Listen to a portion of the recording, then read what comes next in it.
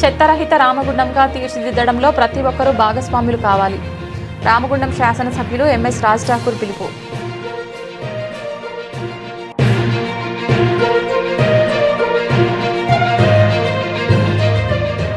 రామగుండం నియోజకవర్గ మహిళా సోదరీమణులందరికీ అంతర్జాతీయ మహిళా దినోత్సవ శుభాకాంక్షలు.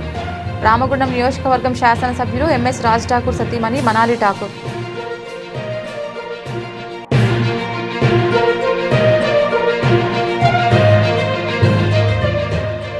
కేంద్ర బీజేపీ ప్రభుత్వం పెంచిన గ్యాస్ సిలిండర్ ధరలను తక్షణమే ఉపసంహరించుకోవాలి.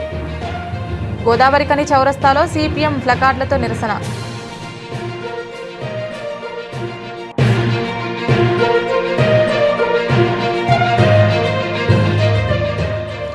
దండేపల్లి మండలం మ్యాదరిపేట గ్రామంలో విషాద ఘటన. పెట్రోల్ బంక్ సమీపంలో కరెంట్ షాక్ తగిలి 2 యువకులు మృతి.